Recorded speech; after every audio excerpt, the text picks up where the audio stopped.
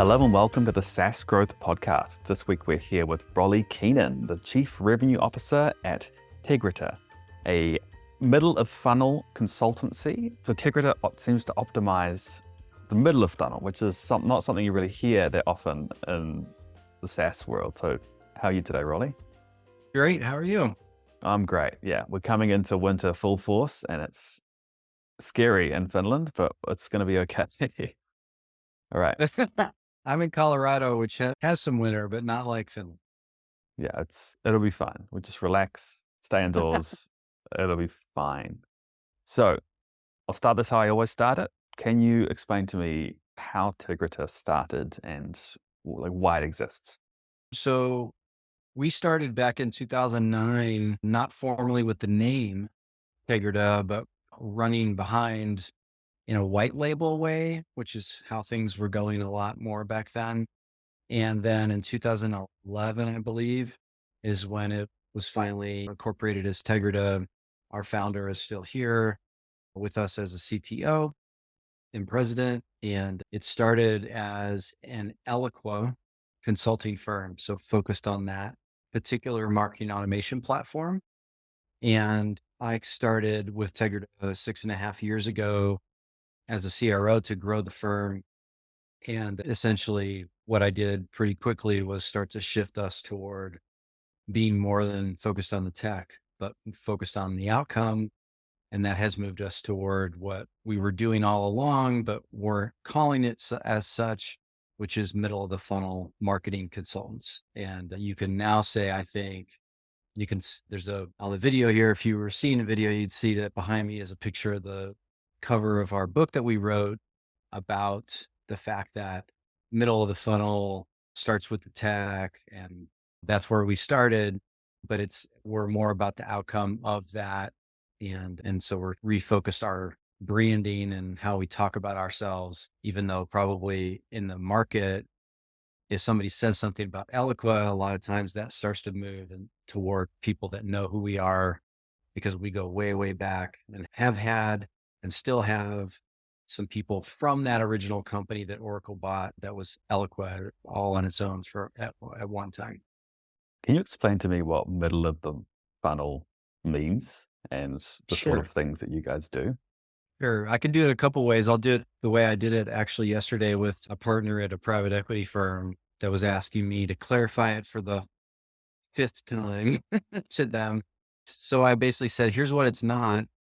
Top of the funnel is getting people's attention in all the ways that you might do that. Advertising is the first thing that comes to mind. Bottom of the funnel is all the selling, and middle of the funnel is anything else. And that for them was really clear, but because when I start talking about what it is, they start thinking then they start wondering where that belongs in the funnel. But it's a lot of email is the main channel in the middle, because now you've got people's attention and they've said, yes, please communicate with me. Why? Middle of the funnel is everything from sales and marketing alignment to tech integrations and data management. And it's a dynamic part of the work. And so a lot of organizations avoid it. They'd rather get people's attention and then immediately throw it to their sales team. And of course, as buyers, I'm a CRO, so I get contacted by sales teams every minute of every day who are just reaching out to me because I might have looked at something on their website or whatever. And those firms are doing little to nothing in the middle of the funnel. So it's really that stage of almost nurturing customers or people who have indicated any sort of interest in your product and turning them into leads in that process. So yeah, that makes a lot of sense, because I definitely see people who they treat every prospect like a lead, right? And they're ready to buy now. Yeah. That's not usually the case. Yeah. It's unfortunate because, and I've been trying to wrap my head around this through conversations with C-level execs about, in my mind, sometimes I shortcut, whether because I've had a long day or I've had too many conversations about it, where people are just lazy or people are just stupid and they don't do the middle of the funnel. They just skip it. They don't know any better. But I know that's not really true. I'm just feeling frustrated, I think, sometimes when I talk to heads of marketing, heads of revenue, heads of sales, and they don't think about it. And I think it's because it's hard and it takes some patience. And it, with so much investor led organizations, so many investor led organizations, it's, hey, timeline, we got 3 years, and you as the head of revenue have a year. And so that person's, I'm going to get people's attention and throw them to sales. I don't have any time to educate people about this product or this service. I think that's what's going on is the timeline's too crunched. And so they're just skipping the funnel and praying that they get a good conversion. What sort of impact do you have as the sort of middle of funnel consultants? So what sort of differences would you see before and after someone has worked with you? Yeah. So what's interesting is when we put a revenue, one of the first things we do is organize a client's, their efforts and resources with a revenue funnel. So that starts to immediately, without any special project or special consultant that you might hire, it starts to align everybody involved in revenue. So it starts to align sales and marketing, which is everybody talks about. There's a whole business wrapped around let's get aligned, right? But it can start to align customer success and customer support and anything that's client facing. So once you put that funnel up, it starts to get people naturally talking. Everything we do, we're looking at this funnel and how are we affecting it? And what you'll see right away with our clients is you'll go 1 year to the next. And definitely in the third year, you'll see all of a sudden the percentage starts to change where actually you start spending less money advertising or whatever you're doing at the top. And you'll start to see a bigger conversion of those that land and say, hey, I'm interested.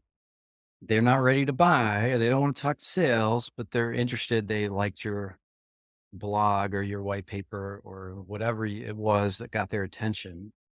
And that number starts to increase. And even though it's increasing just a little, then when it gets to sales, it's that conversion from opportunity to close starts to increase.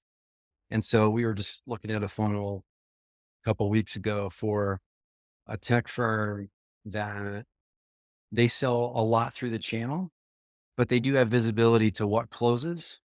So they can have a funnel and they can see what is closing, even if it's not their direct sales team, it's a distributor and tech reseller. And just they decreased their total spend across the entire funnel, but they decreased the top by 15% and they got nearly double the revenue out of it. And it was just because it's another little muscle you start building. It's because out of the middle, they started to reinform the top and reinform the bottom. So it wasn't just working in the middle. It was, hey, we're learning some things about some clients. We're learning some things about some segments of prospects. Let's put that back in the top. And so we thought everybody wanted to buy our food ingredient because it's the freshest. And that's how we were advertising. But we're learning in the middle as we educate and we're experimenting with things that we believe are also valuable. And people are really biting on the fact that most of the food manufacturers are in the Midwest. And we just opened a plant in the Midwest and we're talking about that and we're getting tons of engagement on that. So let's put that back in the top and let's start talking in the ads about our new location that's got new technology in the Midwest. And all of a sudden you're spending less at the top.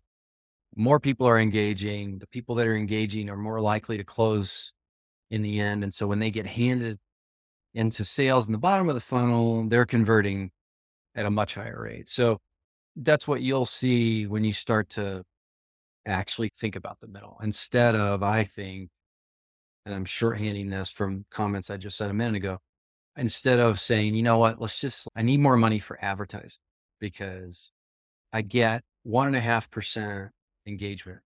So if I spend more, I just get more prospects.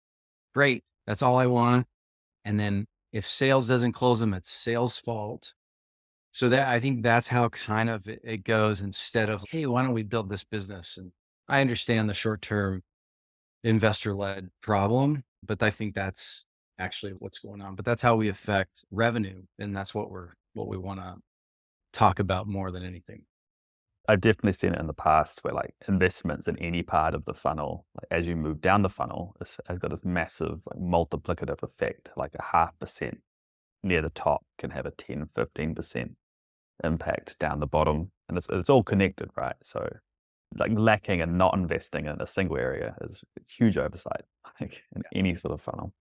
But I'd never actually thought about using email marketing or middle of funnel as a way to feed back into the top of funnel. And because that's a really interesting concept to me, of actually using that as almost a testing ground of your actual customers and people who are your prospects who are actually interested in who you are, but haven't actually bought yet. And that's a very valuable data set, because people who have bought your product aren't necessarily everyone who would want to buy your product. You could be like overlooking particular areas. So that's really fascinating to me. Have you got any other sort of techniques that you find really useful for other parts of the funnel? I can even dig into what you just said for a second. You made me think of, there's a lesson to be learned that I think that we use, and I am shouting about from my background at Gallup. I worked at Gallup for 6 years, and I got a real masterclass in research-based consulting versus this is how I've done it. It's worked. Now I'm a consultant. It's more of, how do I prove that what I did actually caused something good to happen? And then how do I turn that into advice, right? And that's what you and I are talking about in the middle of the funnel and reinforming other parts of the process. So a lot of research-based consulting, like middle of the funnel, is what's working. If you already have people that give you money, then find out why they give you money. And if it were super easy to do that, then no one would have any problem, and their funnel would look more like a pipe, and everybody that raised their hand would buy. But that's not how it works. It's a lot harder than that. And so you have to really dig into, why are people talking to me? Why are people buying from me? And figuring out, and then going back to the top and saying, all right, now we know better. There was an example of this is there was a gaming company that is pretty substantial, has a lot of clients. They feel like gaming. I don't know how much listeners know about gaming, but you can get a lot of specific information about people that are using your game by them just playing, right? There's so much data happening, what they're doing and how they're behaving.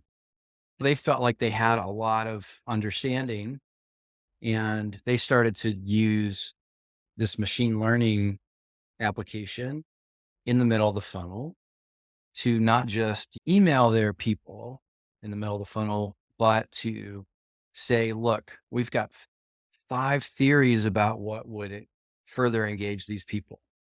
Let's start running them. And then the machine learning starts to figure out, okay, these 2 messages are not landing. In fact, it's making people unsubscribe. So those 2 die off real fast. So the machine learning cuts them off, doesn't let them send anymore. And it figures out that these 2 out of the 5 are working like really well. So it amps up that volume.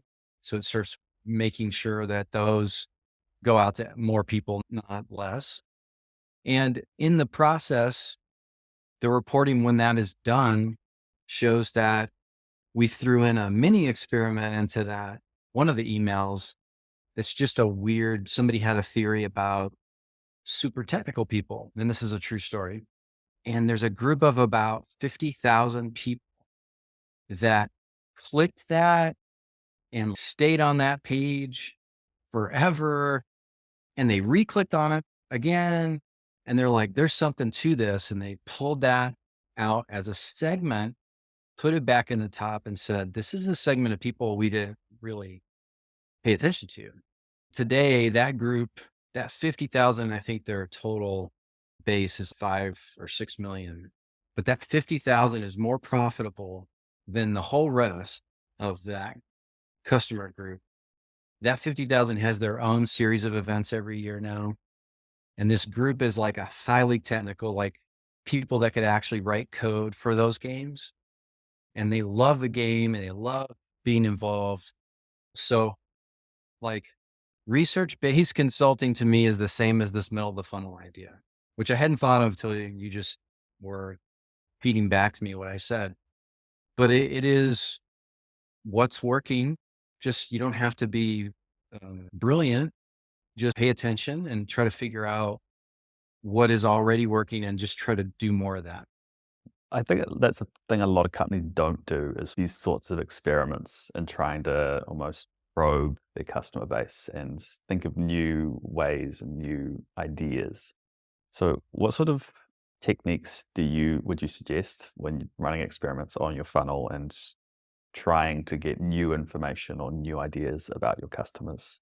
I think that there's a couple of things that are also unlikely for most organizations to do, which is be a customer and jump in there yourself. And what's it like to be in there in the middle? What do you see if you're in the middle?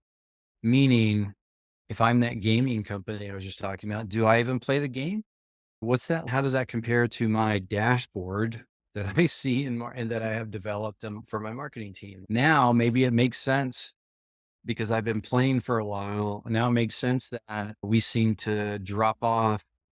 Our players like all seem to just drop right around 45 minutes. And I just don't get it. But now I do, because we have this part of the game that's right around the 45-minute mark that just is slow. And I didn't know that because I don't play the game but now I do. So sometimes you have to involve yourself deeply to really understand what's going on. I remember I did some work this is before Tegrita, but I did some work for Harley Davidson. And it was, a lot of people know that brand for different reasons, but there were some things about that brand that they didn't know that we figured out because we were really good. This is when I was at Gallup. We were really good at listening and really paying attention and giving people time. We had this whole thing where we went to biker bars and just sat at bars and talked to them. And then I ended up, and of course I didn't do all the work. I was in charge of it, but I was the one that had to read the transcripts and the thematic analysis, or in regular words, like what people were actually saying, was this very strange, surprising theme that they all had, which was this kind of ride a Harley because I'm giving my life to the universe. Like I might die on my bike and that's cool. I have given it up. I'm not trying to control this anymore. And it was super interesting because it was across all demographics, like men, women, old, young, any part of the country. And in the US, it's like different parts of the US are like different countries. And we figured that out. So it became this like, all right, so maybe we should start talking in a clever way about that and get people's attention. Clearly and these are people that have already spent money. And so we know that it's working. We don't have to wonder if it will. Involving yourself so that you can connect to your dashboard, I think it'll give you unique ways to go about and unique tactics and levers that you hadn't thought of before. I do have a slight corollary to that, is that I know a trap people fall into, especially when they start dog fooding their own product, is that you aren't your customer. It's not uncommon for people to build software and for themselves, and ignore entire segments because it's not them, but they are also a core part of their user base. Yeah. Yes. As a little star warning, like definitely understand your customer journey. Yeah. But No, also, I've always thought that built a good business when the business is no longer yours. It is taken on, the customers have taken it on as, no, this is what your product is. Then you've really done it. You're really on a good path. when you feel there's a company I really admire, and yet I think they're making an error. And so it's hard for me to watch. They have this whole approach of, listen, we make things for us, and then other people, they'll buy it.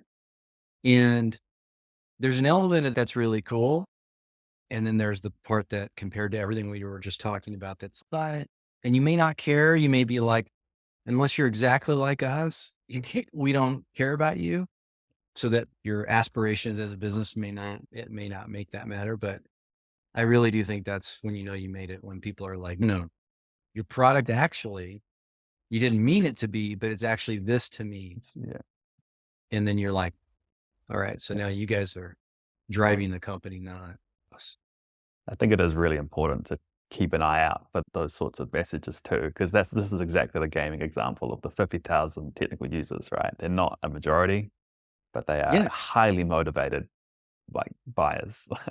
And they were telling me about these events, and I'm like, I would hate that event because I'm not that segment. I'm not in that segment. And I'm sure the people in that segment are like, this is the best day of my life when they're in that event, because it's so geared to them. So it's cool. And they didn't have to give up everything else they were doing. It's just now they've got this group that's so loyal and so into their business. It's so cool. So let's loop back to this book that you guys have written. So CMO to CRO. So what sort of things does it cover? The overall, I would say it's been a while now. We wrote it during the pandemic, and it seems like forever ago that we did this, but it still resonates right now. Is we put down, here's how we would organize a business in order to match where we are with technology and where we are in business. And our sort of messaging there is we're still running client facing, customer facing parts of our organization as if we're still in the 60s, 70s. We're still like, even in marketing, we've separated it in that function as that's like advertising and social media, and they don't even talk to the people. And I'm not exaggerating on that at all. I'm just in a conversation yesterday about this, of like the people that are marketing operations or whatever. Like nobody knows what anyone's doing, even within a function, much less, from marketing to sales to support to success. So the book is, organized as like, here's all the problems we see. You probably see them too. Here's what the future could look like as a second part. And then the third is, here's a step-by-step of how you can get there. So that's the way it's organized. And part of that, which is where the title comes from, is there needs to be a chief revenue officer. There needs to be somebody who is over anything client facing, not client facing head of sales, client facing chief marketing officer, client facing head of support, none of that. Because it makes it way too difficult to actually execute. Yeah. So you need someone who's in charge of the entire funnel, more or less. So rather than disparate. So again, that makes a lot of sense with what we're saying of like the multiplicative effects of improving a part of the funnel. If they're not talking, like there's no feedback, there's no improving the top from the bottom or the middle, or everything just gets lost. If you think about, I was a cold calling sales guy right out. I started in pro sports, and then I quickly realized how poor I was going to be. So then I switched and got into sales, and I made about 500,000 cold calls in over 9 years. So when being so much in sales in my life, especially early, it was common then for me to be like, I don't need marketing. In fact, you guys just make things annoying. And anytime you say, here's a lead or here's a qualified person to call, you're always wrong. And part of what we talk about in the book of when you centralize is that conversation doesn't wait for the end of the month or the end of the quarter or the end of the year. Like people in sales, if you run this as a central client facing, what we call it, the modern front office versus back office, and separating those two things. Now we can have a conversation and I could say, hey, the last 3 people I called that came as a qualified lead through the funnel are thinking that they can buy our products for $50,000. our starting point is 100,000. And they can say that in the middle of a month and say, what's happening? Like what's happening in the top or the middle that's getting us people who are not understanding? Are you saying something that's making them think this is a cheaper product or what? And then marketing can be dynamic and change that up and not be like, hey, we launched our campaign. It's going. Sorry, do your best. You're a sales guy. You should be able to increase the ticket size. It become in the book, when we wrote it, we weren't thinking middle of the funnel. We weren't even there yet.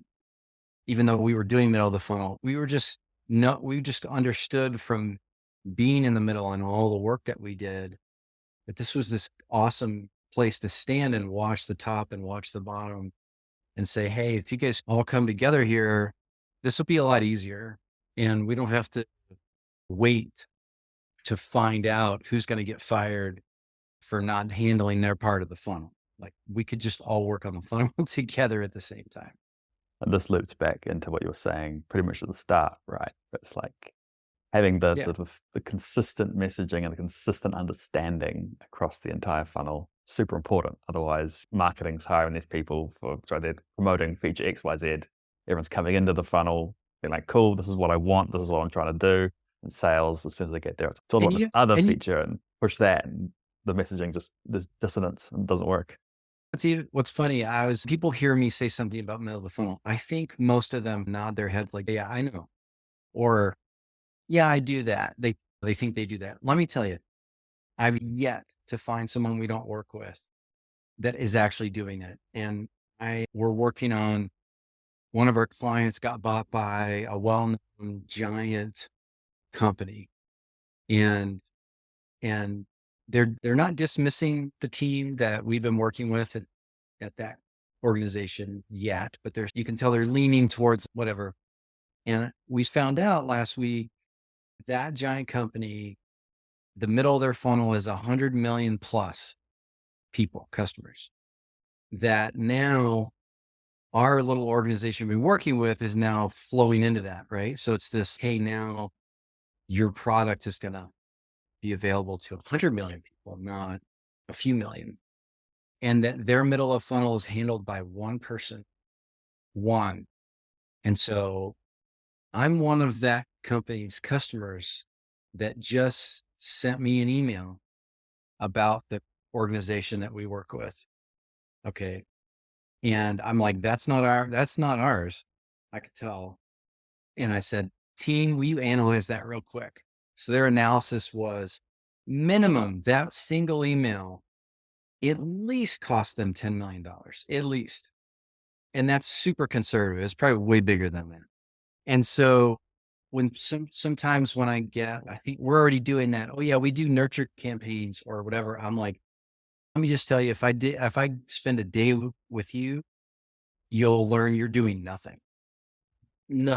And this is like well-known brand. So sometimes I think, like most things where I'm trying to reframe something or you're trying to reframe something, people think I'm already doing that. I think I already know what you're talking about. And I can tell you, especially with that last week, I'm like, this is a company people think they know what they're doing. Oh my God. They have no idea what they're doing. Especially when you get to those numbers. If you think that sending one email to 100 million people is basically saying that all 100 million people care about the same kinds of things. And there's going to be so many segments inside of that, and they all need to be nurtured differently. Yes. And when you're that big of an organization, you can stretch a resource. There's a grandfathered organization that Oracle bought. I don't know if you're aware of it, but they bought a company, and then legislation happened that said no other company can do this, only that company.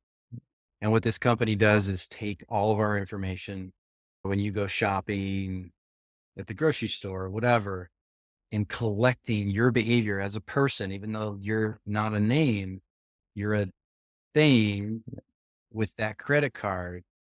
They know everything about me, everything I spend money. And that company has that information. And so they could be so good in the middle that they would be like so far out in first place from every other company. And yet they still don't even leverage that. What would you say is like a symptom of someone who has a really bad middle of market, right? Because I think most people, it's okay at best. Like they're not doing anything, but they're not hurting themselves. But like, what's the other extreme? Like I've got a problem with my middle of funnel. What would that look like?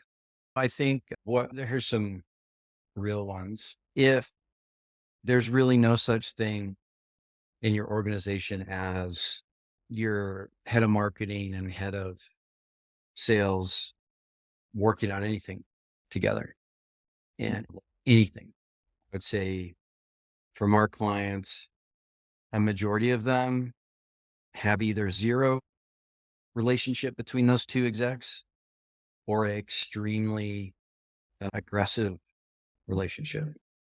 Like an I think adversarial. very adversarial. If that is anything so that is almost certainly you have no middle of the funnel, because if you did, that couldn't happen. Maybe you don't get along, maybe you're not best friends, but you're always working together because your middle of the funnel is so important. Another one would be, it would take a second, but you could we just did an assessment of a firm that we used to do a bunch of middle of the funnel, and then they were like, we got this. And so they didn't let us do it for the last few years. They said, hey, can you come in and just tell us how we're doing? And we found, I would say 10 to 15 campaigns that they were like, those are running? We didn't know those were running. So their customers are getting things they didn't know, and they're like old branding, old logo, old messaging. And so it would take you a minute to figure that out. Again, well-known company, you would not expect that. So if you have a graveyard of campaigns that you just didn't know about, that's a good sign that your middle of the funnel is awful. And then I would say, here's maybe the easiest one. If you have no idea what I'm talking about, then, and I say that kind of broadly, but if I bring up middle of the funnel, this business I was just talking about with 100 million customers, they would probably say something if they were relaxed and they weren't worried about looking bad. And we were just like having a beer or something and they were talking about, they'd say, oh yeah, Bob handles that. If you say, I've got one person who's the email guy or whatever, that's a strong signal that because that number at a small company should be in six figures in terms of just effort, not even counting headcount. So if you're like, oh yeah, we do nurture campaigns. I'm in a membership group called Pavilion that's mostly go to market execs. And I just watch, we have a Slack instance for that membership org. And so I'm watching, we have a channel just for like tech and HubSpot and some other things that are very middle of the funnel technology stuff. These are big companies. These are multi-million dollar funded, sometimes hundreds of $1 million in funding. And they're on there as the head of marketing saying, can somebody help me set up a campaign, jump on a Zoom with me? And I'm just like, you gotta be kidding me. As if I had 5 employees, I wouldn't try to do that myself. You clearly don't know what you're doing and you clearly see no value in the middle of the funnel. You're like, I'll just set that up and it'll run. But what's our brand? What's our logo? Like, I'm all this top of funnel. And then Jerry, he's the head of sales. He'll handle things after I get people to raise their hands. So those are strong signals. If you're on Pavilion or somewhere else asking for somebody to give you a free 30-minute lesson on how to set up a campaign, strong signal, you're no middle of the funnel. So if I were to do that the right way, like how should I be setting up a campaign, or what should I be doing when I want to grow my middle of funnel and I don't know how? So what you would do would be to if you can put it into a visual, sit in the middle of the funnel and start to figure out, what do you know about people that already pay attention to you, already told you they're willing to receive your marketing, already pay you, they're already customers, and make a strategy about how you're going to go after people at the top. Like start in the middle in order to reconfigure your top. Once you do that, you start building out the machinery in the middle of the funnel so that when things come in, I raised my hand about something super technical. Now you're coming into this part of the middle. We're not going to put you in the general middle. We're not going to just send you a newsletter, or you're a tech person. And then stuff out of that middle, you're strategizing now about the bottom. Now, who's going to get this? We have a small team.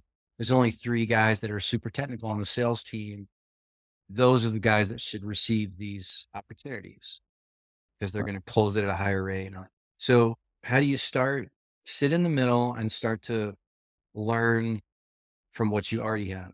So And that's basically try to identify the different types of customers and types of people inside, and then go to the top, try and find ways to identify what camp they live in, and then talk to people like where they are rather than trying to talk to them as some homogenous group. Is that a yes, good yes, summary? yes. All right. That sounds great. We're about to wrap up. Is there anything you want to look back on or talk about more before we finish? I would say, I think that through all the conversations I've had as we started this year, understanding that we were middle of the funnel revenue consultants. That's what I was referring to as in the book we were talking about. It's now about revenue. It's not marketing. It's not sales.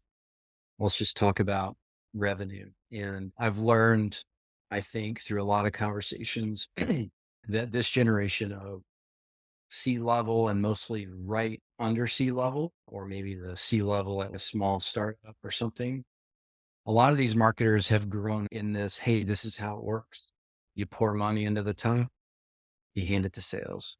And so what I've learned over this year is a lot of people are like, Rolly, we don't know what you're talking about. Like, I've been in marketing my whole 8-year career, and you're crazy. All I need to do is just do better ads and it'll happen. And so I think that for anyone who wants to have that kind of conversation, we have like little bites of work we do, or we can just come in and talk for a day about middle funnel so you can understand what we're talking about. We have a little bite that's 2 days where we do that. Plus we give you a plan that you can do yourself. And then there's a 3-day one where we explain it, make a plan, and also elaborate on that plan in terms of like, how much should you use someone like us, even if you don't use us? How much should you use internal, and how should you maybe change the way your organization is structured? So there's ways to do it.